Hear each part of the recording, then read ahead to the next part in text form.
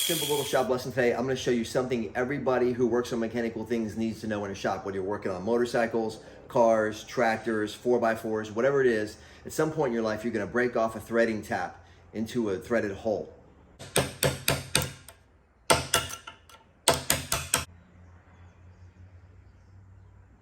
And a lot of people panic and don't know what to do because the tap is so hard they don't know how to get it out. You can't drill it out. So I'm going to show you my method and the sequence I use to get a threading tap out of a threaded hole when it's broken off inside that female bore.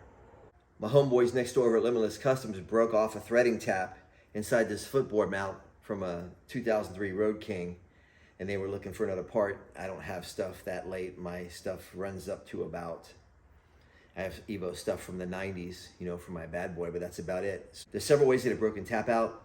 I'm gonna start with the easiest way. If that doesn't work, I'll show you the next easiest way and through the levels of difficulty, but I'm gonna try the easiest way first, show you how I do it. This looks like a 3/8/16 tap. I'll go in there usually with a pair of needle nose and see if I can twist it out, if I get it loose. It does not wanna come loose. So that would be the easiest way to get it out. So the next way that I try is with a small drift and a small hammer and gently tap. So I'm gonna go in and start to tap and see if I can break it.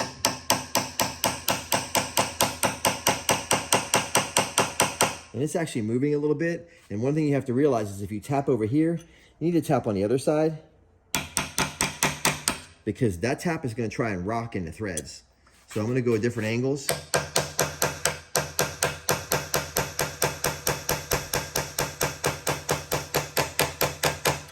I don't know if you can see that moving. I'm gonna mark it with an ink pen so you can see as I hammer it how it starts to come out. One of my followers out there on YouTube suggested I try a Milwaukee ink Zol. I took your advice and bought a box of them, and I love them. You know, really better than a Sharpie in a lot of ways because it goes on dirty surfaces better. But so you can see now, I marked where my threading die is now, and I'm gonna come in and start to knock it around.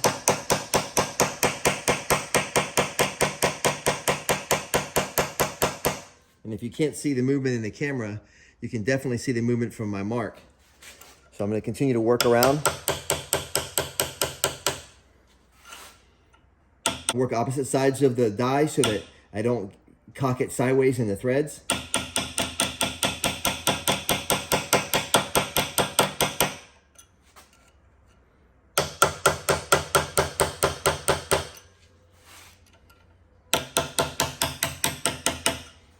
Now it starts to come loose.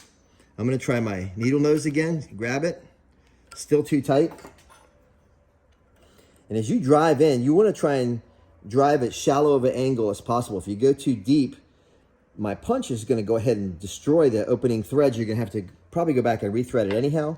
But so you wanna try and go in as shallow of an angle as you can, just so you're not hurting those threads in that bore.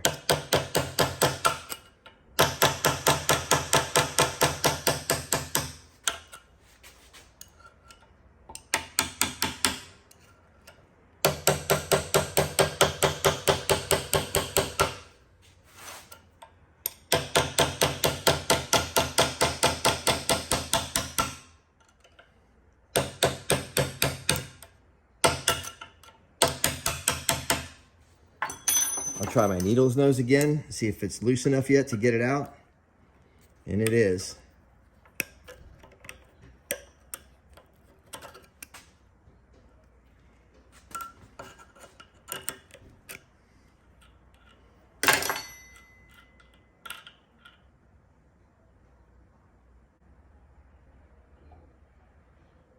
So when I looked at this, I thought it was 3/8/16, but it's actually 1/2 inch 13 pitch.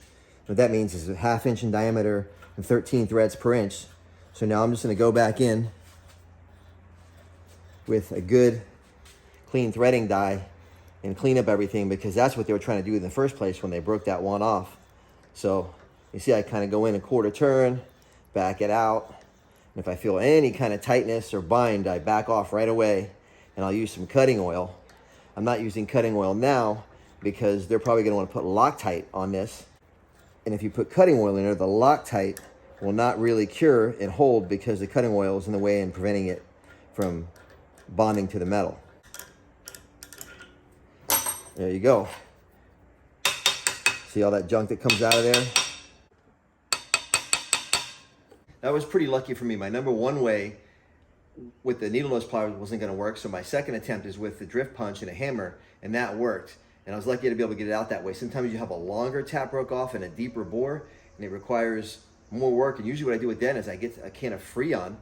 I spray the Freon down into the bore and around the tap, and you freeze it, make it hard and brittle, and then you knock it out with a small chisel, and the thing will just literally collapse into crumbs inside the bore, and you have to dig the pieces out and then go back and run a tap in it later. But that's generally the third way that I get a broken tap out, and that's usually the last resort. But you try if this method that I showed you doesn't work. So I hope this is helpful for you.